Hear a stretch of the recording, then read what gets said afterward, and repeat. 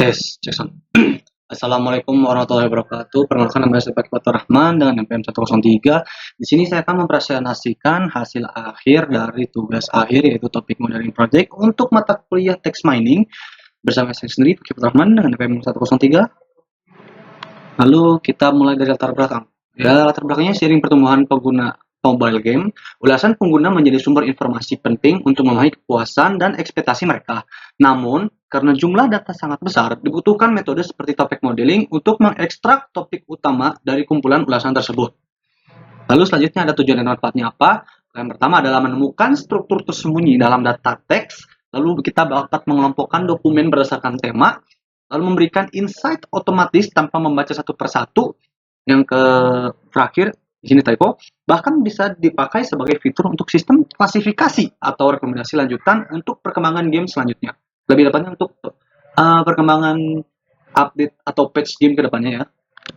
Nah, lalu di sini kita bakal masuk up itu topik modeling. Nah, topik modeling sendiri itu adalah metode unsupervised machine learning yang digunakan untuk mengidentifikasi dan mengekstraksi topik-topik tersembunyi, yaitu latent topics, dari sekumpulan besar dokumen teks. Nah, metode ini tidak memerlukan label atau anotasi manual, karena algoritmanya berusaha menemukan struktur atau pola dalam kumpulan teks berdasarkan distribusi kata dalam dokumen.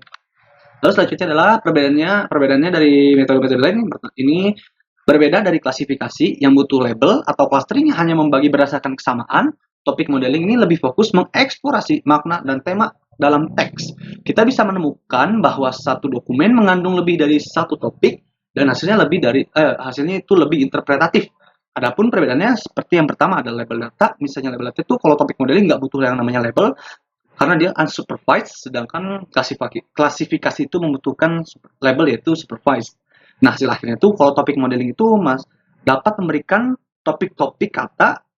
Kalau misalnya klasifikasi itu memberikan label, lalu kalau clustering itu mengelompokkan tanpa adanya makna topik di dalamnya, itu apa? Lalu kita yang terakhir itu ada fokus ya. Kalau fokusnya di topik modeling itu dia fokus ke dalam tema-tema tersembunyi. Lalu kalau misalnya klasifikasi itu lebih ke kelas-kelas. Lalu kalau clustering itu mirip kemiripan datanya gimana? Lalu selanjutnya ruang lingkup. Yang pertama kita di sini lebih tepatnya saya sendiri mengambil data dari Play Store. Nah, data diambil dari Play Store dengan cara meng-scrape menggunakan library Python. Data ulasan yang diambil merupakan ulasan dari game Arknights. Nah, ulasan ini dibatasi ya, yaitu setiap bintang yang ada di Play Store, yaitu range-nya 1 sampai 5 akan diambil lebih tepat ini 130 teratas dengan urutan ulasan paling terbaru. Nah, lokasi ulasan ini diambil dengan scope-nya yaitu berada di US dan berbahasa Inggris. Selanjutnya, apa itu Arknights? Arknights sendiri itu adalah game tower defense, strategi berbasis gacha yang dikembangkan oleh Hypergrip dan dipublikasikan oleh Yostar Game. Ini dikenal dengan kaya gaya seni visual yang menarik, narasi cerita yang dalam, mekanik gameplay unik yang dimana pemain mendapatkan karakter yang disebut operator yang dan lain-lain. Dan juga di sini game ini memiliki komunitas yang sangat aktif, terutama dalam memberikan ulasan dan kritik terhadap pembaruan game, karakter baru, dan event in-game. Nah, karena itulah ulasan ini menjadi ulasan pengguna di Google Play ini dipilih sebagai objek data dalam penelitian text mining kali ini. Lalu alur pengerjaannya yang pertama adalah pengumpulan data. Data diperoleh dari ulasan Google Play Store untuk game Arknights menggunakan library Google Play Scrapers seperti yang saya sebutkan. Lalu kita ada masuk ke pra-processing teks, yaitu pertama ada melowercase-kan semuanya. Lalu kita penghapusan tanda baca dan tag-tag HTML seperti dan juga simbol dan juga emoji, lalu angka, dan kita juga melakukan stop word dan melakukan tokenisasi. Lalu kita di sini mengekstraksi topik. Nah, LSA ini dilakukan dengan cara TF-IDF dan SVD ya. Dan SVD ini buat LDA menggunakan pendekatan probabilistik dengan library Genshin. Lalu sekarang kita bakal masuk ke collab-nya. Yang pertama-tama kita masuk dulu di sini seperti yang saya sebutkan, kalau data itu kita mengambil dari Play Store. Yang pertama kita menggunakan yang namanya Google Scrap, lalu juga LangDetect untuk mendeteksi bahasa yang dipakai. Jadi misalnya ada bahasa yang bukan bahasa Inggris akan tidak diambil. Jadi seperti ini, seperti biasa. Lalu kita di sini masukkan URL gamenya. Lalu kita masukkan sini, ini range-nya 1 sampai 6. Karena kenapa 1 sampai 6? Kalau di Python biasanya itu angka terakhir harus diberikan lebih. Karena misalnya kita pakai 1,5, maka yang akan di-scrap hanya 1 sampai 4 bintang saja. Lalu di sini kayak language-nya IM, country-nya US, dan kita bakal nge-sort-nya di US, dan juga di sini saya yang sudah bilang tadi, mengambil data sebanyak 130. Lalu di sini seperti yang saya bilang kita melakukan pre-processing text seperti kita menghapus emoticon, simbol, piktografi, terus dan yang lain-lainnya. Lalu di sini um, seperti biasa kita bakal mendeteksi juga di sini kalau misalnya ada language lain selain Inggris dia bakal tidak di scraping gitu. Dan di sini ada hasil beberapa topik beberapa data ulasan teratasnya. Lalu kita masuk ke teks modeling LSA-nya. Nah, langsung aja di sini LSA-nya seperti biasa kan di sini ada TF-nya untuk melakukan vektorisasi, lalu kita masuk ke hasilnya aja. Jadi di sini cara kerjanya si LSA itu adalah mencocokkan kemiripan yang dimana kalau misalnya dalam satu dokumen atau ulasan itu terdapat kata yang sama, dia akan otomatis mengkelompokkannya ke dalam satu topik. Misalnya, topik pertama itu game, account, gacha, good, character, love, get, play, like, and can't dan lain-lain karena mereka memiliki kesamaan dan kemiripan kata-kata yang ada di ulasan tersebut. Lalu seperti biasa seperti ini sampai 10 ya untuk 10 teratas. Untuk lebih jelasnya kita bisa melakukan yang namanya word cloud. Yang pertama di sini ada LSA topik pertama seperti biasa. Yang pertama adalah game, lalu ada gacha, ada karakter, account, can't, love, good, and play. Yang dimana ini kita bisa mengindikasikan kalau misalnya topik pertama dalam LSA itu adalah ulasan yang dimana itu menyangkut pautkan dengan game, lalu juga accounts dan juga service dari mereka seperti apa untuk account itu, lalu gameplaynya apa, karakter juga apa. Lalu yang LSA topik kedua itu lebih ke dalam manajemen accountnya yang emang yang sebelumnya di page sebelumnya ini emang lagi ada isu kehilangan akun karena ada regulasi terbaru dari pihak Arknight sehingga beberapa akun hilang. Tapi tenang saja karena pihak Arknight sudah memberikan form untuk mengembalikan akun-akun yang telah hilang. Lalu yang ketiga ini ada love, game, gacha, probability, account, loss. Seperti biasa loss masih ada, namun di sini lossnya lebih ke dalam mungkin pas lagi gacha dia mendapatkan loss PT gitu. Jadi PT di Arknight sini atau gacha di sini tuh lebih kayak kita mendapatkan sebuah karakter atau tidak. Kalau tidak kita bisa menganggapnya sebagai loss gitu. Dan juga di sini ada peak juga yang mengindikasikan kalau game ini cukup bagus di mata-mata pemain Arknight itu sendiri. Lalu kita masuk ke dalam yang lainnya kan kita masuk ke dalam LDA. Nah, LDA sendiri ini lebih interaktif karena kita menggunakan yang namanya visualisasi, menggunakan library yang namanya GenSim. Nah, yang pertama kita bisa dilihat sini. Nah, lebih enaknya LDA itu kita bisa langsung melihat kategorinya apa di sini. Yang pertama di sini topik pertama LDA di sini ada contohnya seperti game, karakter, love story, gacha, tower, player, fun, play, dan lain. Nah, kita bisa simpulkan bahwa topik satu ini temanya tentang pengalaman bermain game, karakter, dan elemen gacha yang ada dalam game Arknight tersebut. Nah, fungsinya slider di atas ini adalah jadi satu itu default kata-kata paling relevan dalam eksklusif untuk topik tersebut. Misalnya lambda 0 atau 0, kata-kata yang paling menonjol secara global. Biar kita dapat memunculkan topik lain, tapi sangat sering muncul di topik ini gitu. Dan itu 0 sampai 1. Nah, untuk bar merah dan biru ini, bar biru itu menandakan overall term frekuensi ya. Jadi seberapa sering kata itu muncul di seluruh korpus teks di seluruh dokumen yang udah kita ambil.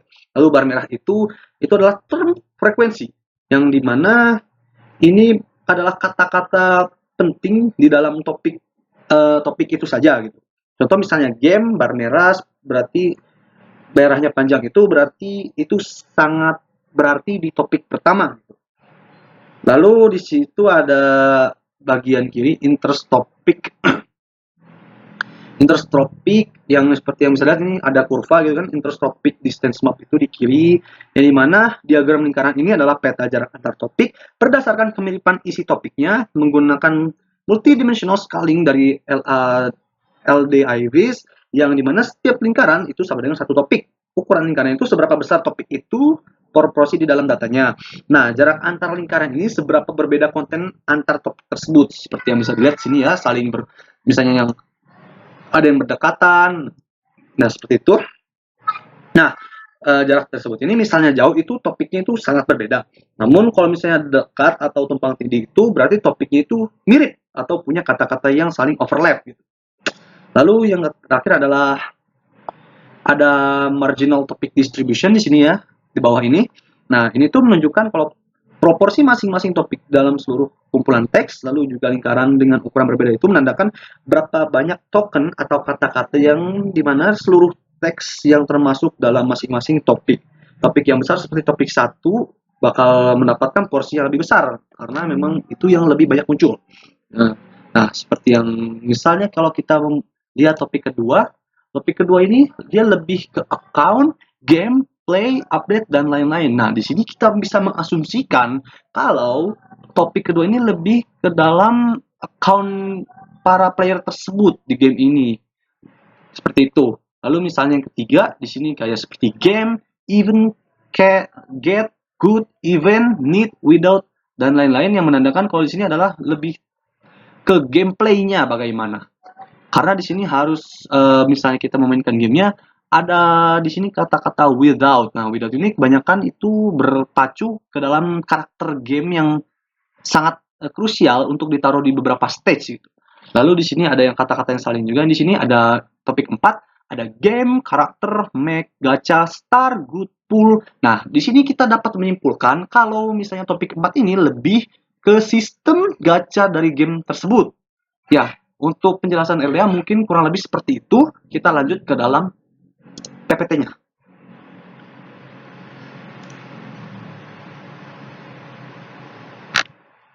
Lalu selanjutnya perbandingan LSA dan LDA.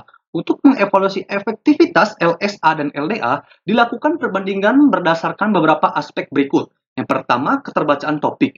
LDA menghasilkan topik yang lebih konsisten secara tematis sehingga lebih mudah ditafsirkan oleh manusia. Sedangkan LSA itu cenderung memiliki campuran kata yang kurang terfokus karena sifat matematisnya.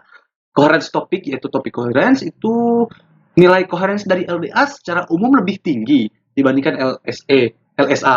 Hal ini menunjukkan bahwa kata-kata dalam topik LDA lebih saling berkaitan secara semantik. Lalu kecepatan proses dan kompleksitasnya, LSA lebih cepat dalam proses training karena berbasis linear algebra atau SPD. LDA lebih kompleks dan memerlukan waktu yang lebih lama karena menggunakan pendekatan inferensi probabilistik, misalnya Gibbs sampling. Lalu ada interpretabilitas topik yang dimana yang pertama itu topik hasil EDA lebih mudah dipahami karena model ini membentuk distribusi kata pada setiap topik secara eksplisit. Yang seperti yang tadi dilihatkan pada map interaktif, seluruh topik itu akan dirangkup ke dalam satu lingkaran. Lalu kita yang poin kedua itu ada LSA. LSA itu seringkali memunculkan kata-kata yang saling tidak berhubungan dalam suatu topik. Lalu yang terakhir adalah kesimpulan perbandingannya. Jika tujuannya adalah untuk analisis yang interpretatif dan manusiawi, LDA menjadi pilihan yang lebih tepat. Namun, jika hanya diperlukan model cepat untuk eksplorasi awal, LSA dapat digunakan sebagai baseline yang efisien. Lalu kesimpulan yang kita bisa dapat dalam percobaan kali ini, yang pertama, metode LSA dan LDA sama-sama mampu mengidentifikasi topik dari ulasan pengguna. Nah, yang kedua, namun dari segi interpretasi dan kualitas topik yang dihasilkan, LDA terbukti lebih unggul berdasarkan penilaian koherensi topik dan keterbacaannya. Yang terakhir, model LDA itu direkomendasikan jika ingin memahami lebih dalam persepsi pengguna terhadap game tertentu. Sepertinya contoh kasus yang saya gunakan pada kali ini ada yaitu Arknights. Lalu sekian dari saya, kurang lebihnya mohon maaf. Wassalamualaikum warahmatullahi wabarakatuh.